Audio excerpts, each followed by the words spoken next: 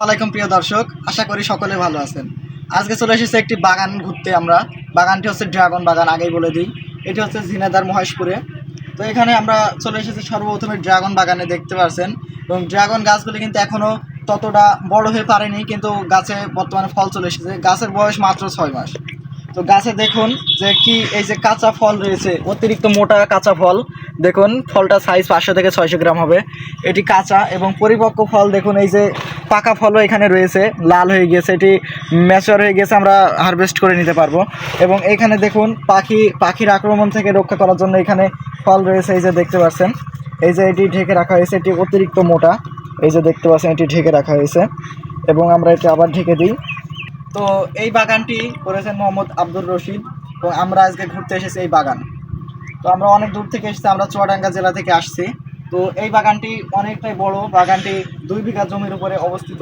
বাগানটি আপনাদের যদি দেখায় কতটা বড়, আপনারা একবার দেখুন নিজেরাই। এবং আমরা আজকে যে বাগান ঘুরতে এসেছি, এই বাগানে আমরা এসেছি মাত্র 3 জন। এবং এই গাছগুলি কিভাবে চাষ করা হয়েছে আপনাদের যদি বলি, এটি হচ্ছে চায়না পদ্ধতি।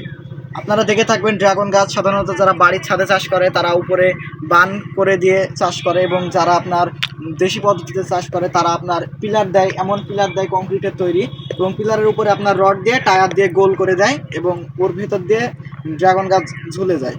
আর এই চায়না পদ্ধতিটা হলো আরও সহজ পদ্ধতি।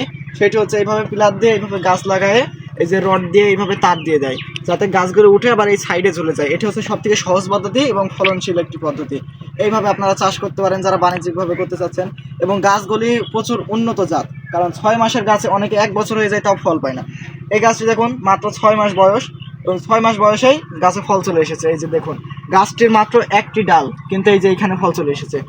এই গাছটি দেখুন কাঁচা ফল চলে এসেছে একটি। আর ফলের সাইজ একটাও ছোট না, ফলের সাইজ প্রত্যেকটা মোটা মোটা সাইজ। তো এবার আপনাদের আমি আর এই চাষ সম্পর্কে কিছু বলছি না, আপনাদের বাগানটা একবার ঘুরে দেখাই।